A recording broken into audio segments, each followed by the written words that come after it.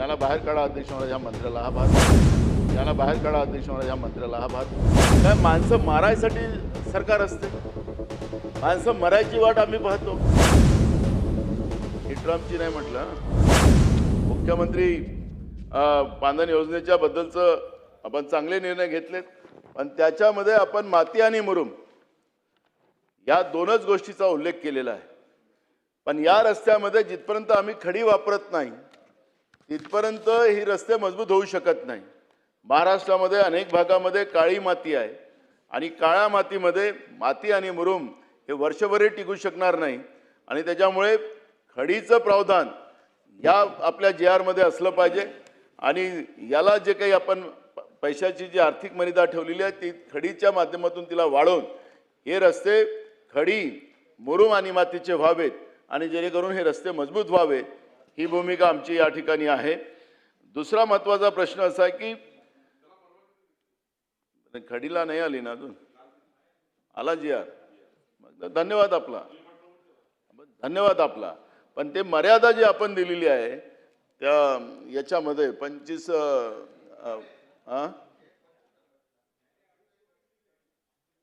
कोटी दिलेले आहेत. बस तुमच्या जिल्ह्याचे आमदार सांगतात आम्हाला.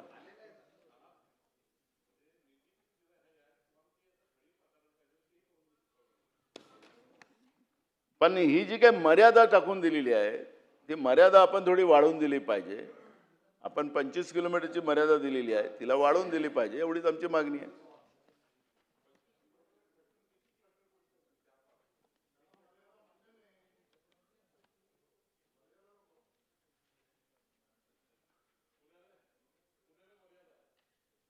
बोला बोला.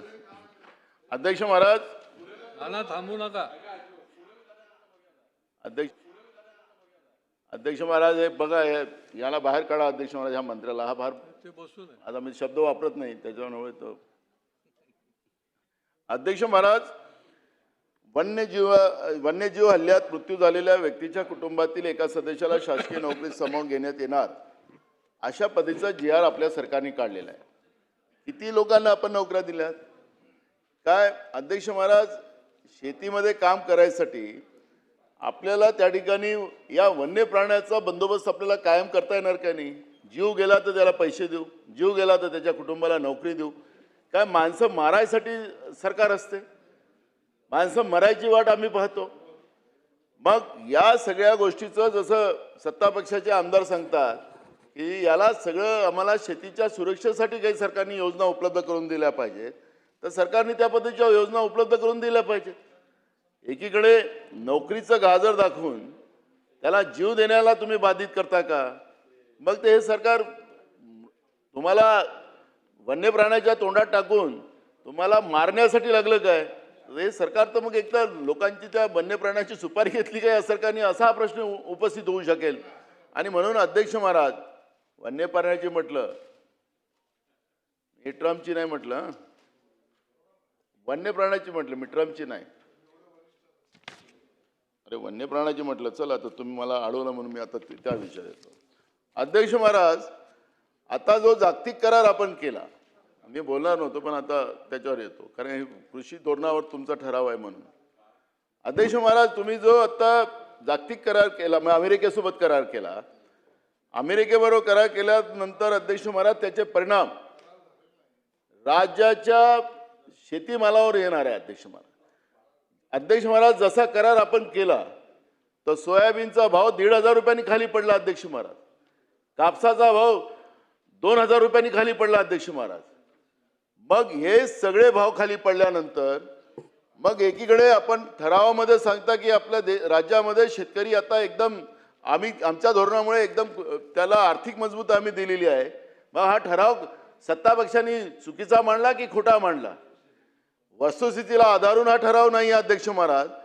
आणि नुसतं ठराव मांडायचा सत्ता पक्षांनी आणि शेतकऱ्यांच्या जखमेवर मीठ चोळायचं काम करत असेल तर याचाही विचार सरकारने करायची गरज आहे अध्यक्ष महाराज. आपले फळं असतील अध्यक्ष महाराज, भाजीपाला असेल अध्यक्ष महाराज, सोयाबीनचं तेल असेल अध्यक्ष महाराज, वाईन असेल, दारू असेल, अशा या सगळ्या ह्याच्यामध्ये अमेरिकेसोबत केलेल्या करारामध्ये आपल्याला 18% आपला जेव्हा माल जाईल त्यांना 18% त्याच्यामध्ये आपल्याला टॅक्स भरावा लागेल अध्यक्ष महाराज, आणि तिकडचा आलेला माल हा अध्यक्ष महाराज झिरो याच्यावर आपल्याला येणार आहे अध्यक्ष महाराज. आणि म्हणून या स्पर्धेमध्ये आपला शेतकरी टिकणार नाही. आणि म्हणून राज्य सरकारने, कारण की आपलं राज्य मी देश कृषीप्रधान आहे, पण आपला विशेष करून महाराष्ट्र हा शेतीशी निगडीत असलेल्यामुळे राज्य सरकारने जे केंद्र सरकारने जो अमेरिकेसोबत करार केला आणि त्या अमेरिकेच्या कराराचे परिणाम जे महाराष्ट्राच्या शेतकऱ्यावर पडणार आहे त्याबद्दलचं राज्य सरकारची नेमकी भूमिका काय राहणार आहे त्या पद्धतीचं त्याच्या उत्तरामध्ये उल्लेख आला पाहिजे अध्यक्ष महाराज. अध्यक्ष महाराज, या ठिकाणी एक गोष्ट निश्चितपणे अध्यक्ष महाराज, एकीकडे आपण सांगतो की आत्मनिर्भर भारतचा गाजावाजा सरकार करते, पण तिकडची सर्व उत्पादने इथं आयात करणार असाल तर मग भारत हा आत्मनिर्भर कसा होणार अध्यक्ष महाराज, हाही प्रश्न या निमित्ताने निर्माण झालेला आहे. अध्यक्ष महाराज, या निमित्तानं हा ठराव जो आहे अध्यक्ष महाराज, या ठरावावरच माझं मत असं आहे की हे जे काही आपण सांगता की अहिल्यानगरमध्ये आणि नाशिक जिल्ह्यात 1800 बिबटे ठेवण्यासाठी जंगलात रेस्क्यू सेंटर उभारण्याचे धोरण असणे, अध्यक्ष महाराज, या बिबटापासून मोठ्या प्रमाणात पश्चिम महाराष्ट्र असेल की संपूर्ण महाराष्ट्रामध्ये असेल, मोठ्या उत्तर महाराष्ट्रात असेल अध्यक्ष महाराज, मोठ्या प्रमाणात भीती शेतकऱ्यांच्या मनात निर्माण झालेली आहे. शेतकरी शेतामध्ये जात नाही अध्यक्ष महाराज. आणि अशा या परिस्थितीमध्ये राज्य सरकारने वन्य प्राण्यासाठी काय उपाययोजना केलेल्या आहेत, शेती धोरणामध्ये जे आता देशपातळीवर जे काही करार अमेरिकेबरोबर केलेत त्या कराराचे परिणाम राज्याच्या शेतकऱ्यावर जे पडणार आहेत त्याबद्दल राज्य सरकार नेमकी काय भूमिका घेणार आहे आणि राज्याच्या शेतकऱ्याला कसं सुरक्षित करणार आहे त्याबद्दलचं सुद्धा उत्तरात त्यांनी आम्हाला या ठिकाणी सांगावं अध्यक्ष महाराज. आणि सौर ऊर्जातला जो भ्रष्टाचार शेतकऱ्याच्या नावाने मोठ्या प्रमाणात या राज्यामध्ये सुरू आहे आणि शेतकऱ्यांना त्या ठिकाणी फसवलं जात आहे आणि त्याबद्दलचाही खुलासा सरकारने करावा. आणि एवढंच बोलतो अध्यक्ष महाराज.